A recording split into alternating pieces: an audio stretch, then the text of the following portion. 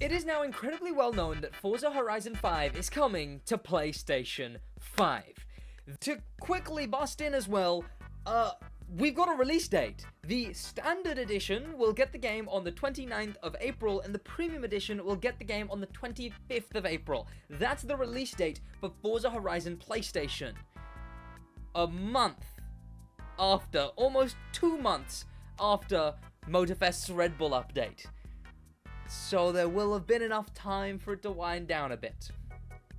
It's incredibly interesting to think. This is big. Except, is it? Can it be any more? Because they very recently announced that Forza Horizon 5 wasn't going to get any more updates except what was released and announced today. Horizon Realms. This is what the Crew Motofest will have to compete with. Now, there's two ways of going about it, but we'll get to the overall way afterwards. First of all, there's some pretty cool cars coming out.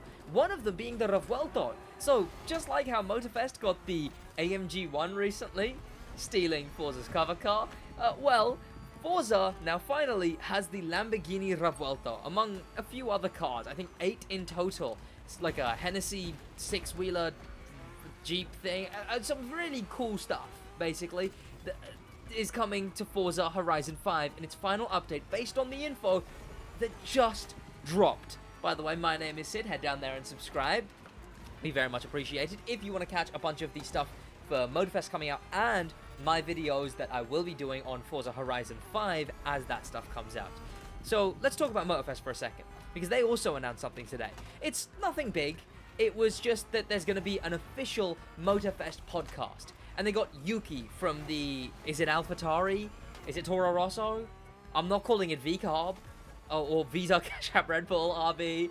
They get Yuki from the other team in, as well as many other Red Bull athletes and Red Bull motorsports people are going to be in like an official Motofest podcast. And although it is a very small thing, just a podcast featuring some big Red Bull names, it's quite cool in one sense, where it's actually going to be in-game, on a brand new radio in-game, and on real-world streaming services, which is quite a cool way to combine the real world with your game.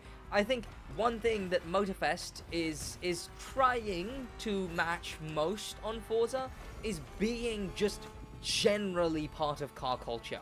And I'd say Forza is that the most. Especially as someone who goes to car meets, especially as someone who networks, which, boring, I know, but especially someone who does a lot of networking in my industry of racing games and racing game content, Forza's definitely the mainstream one. So doing something like this, connecting the real world and the thing as like a car culture, it's quite an interesting idea. That's whatever. This is why I waited till there was something bigger, and that's the Forza announcement. See, the Forza announcement that just came out puts it all into perspective. The Red Bull stuff might have been just the podcast today, but it's been a lot bigger recently. You may have checked out my other videos and seen that we're getting a full racetrack being added to the top of the mountain at Maui. You might have seen that we're getting a few different Red Bull cars. Now, we don't know what else we're getting so far, but I like Hoonigan. I kind of can often tend to not like when the cars of an update, all of them are just themed on the brand. Like, Hoonigan wasn't great for that. But that's besides the point. There's some really cool cars in the Forza update. There's a new racetrack in the Motofest update. But what about the actual content besides the cars in Forza? It's Horizon Realms. And if you don't know what Horizon Realms is, the same way Motofest updates the map every now and then, Forza, and you might know this if you play Forza, gets a change to its stadium. Its stadium would get like a big thing every now and then. It might get like a drift track or a big race track area or a Chinese New Year type area. They had a bunch of different gimmicky areas in the main stadium. And you're going to be able to now do like challenges and stuff in those areas and select through those areas. So it's not exactly new, except for one, which will be new, but it's more repurposing content, which is still appreciated. it's going to be something new for Forza players to do after the end of Forza.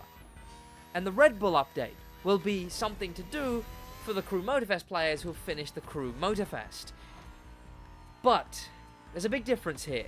See, I can sit here and characterize it as Red Bull update versus Horizon Realms, and I think that would be an obvious sort of back and forth, when the Red Bull update will have the main playlist, which we've seen the things of, probably a Volume 2 in there somewhere, the massive map changes, and they've announced a bunch of extra things to Grand Race, as well as a bunch of handling changes, physics changes, different specific car changes, and I'm already forgetting the quality of life, but I remember it being good, I think.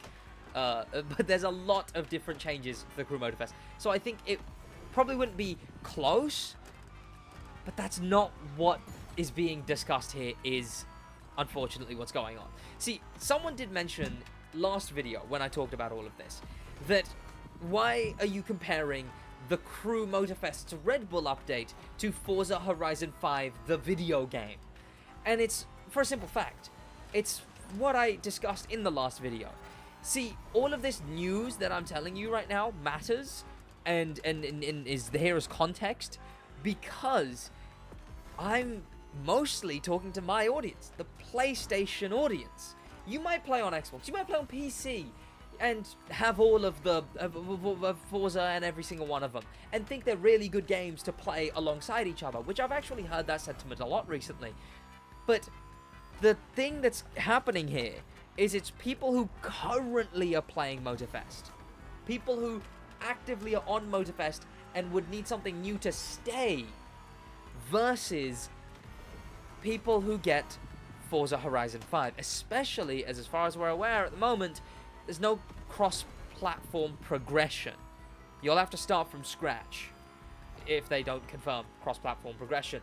But that's what this is people on PlayStation will have already been playing PlayStation Motofest. So is all of Forza worth it over what Motofest is currently doing? Now, there's a different discussion to be had, right? Because I can talk about the updates against each other. Forza's one is really good. Truly, all of this is sake of discussion. And I want to hear your take on all of this. Do you think what Forza is doing with Realms is enough? Do you think what Motofest is doing can be enough? With all these map changes. I mean, the Maui Island, the expansion that doubled the size of the map of the Crew Motofest, that's even getting even more updates. Like, entire towns are being put in to the Maui Island, which is as well as the massive racetrack at the top of the volcano, as well as a bunch of things around the area. As much as both of these things have, oh, the map gets update things about them, Motofest kind of edges out on that one. But Forza is giving access to all of the previous versions of the stadium and extra things to do when they don't have to, because they announced that the game was done for. They announced that they were moving on to other projects. So what the hell does that mean? That we're still getting things going on. Because we can talk about all of that. We can talk about the post-launch. We can talk about the Red Bull, the whatever. But there's a portion of the people watching this video that aren't Motofest players who are preparing to ditch Motofest for Forza. There's a portion of the people watching this who are who now have the ability to weigh up, should I get the Crew Motofest or should I get Forza? That's a massive part of this whole discussion to be had. Is, do these games weigh up? Because it's not just the Red Bull update versus Realms. It's not just all of the game versus... It's not even all of Motofest versus all of Horizon 5. The question is an issue of Horizon 6. When the hell are we getting it? Because that changes a lot. Because because the reason it's not all of Motofest and all of Forza versus each other is because Motofest is gonna get updates after. We already have confirmed that 4 months after the Red Bull update, we'll get another update.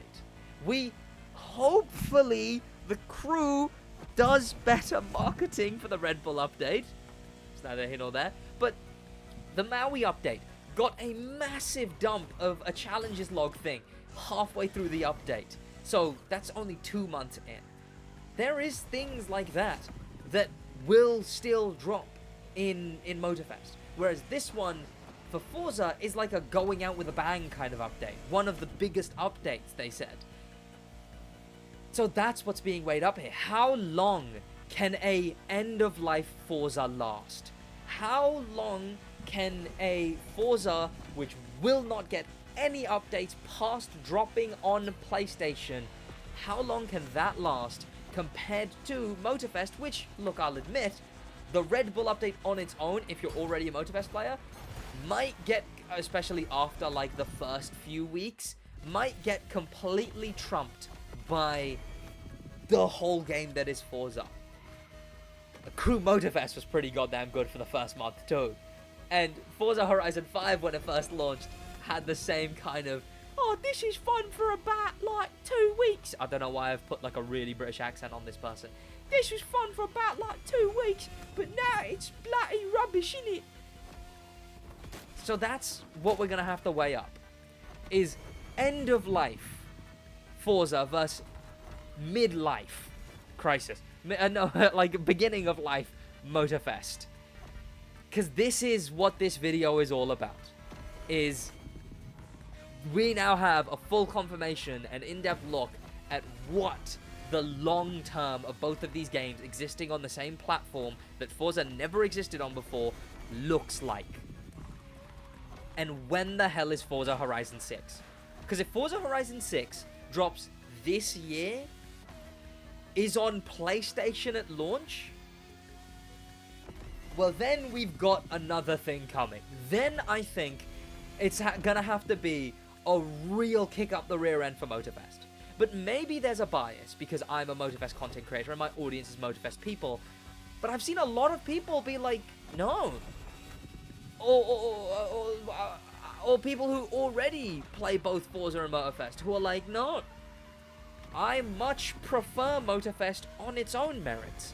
I might do a video soon listing the things that people have brought up that are pretty valid that Motofest does actually do definitively better.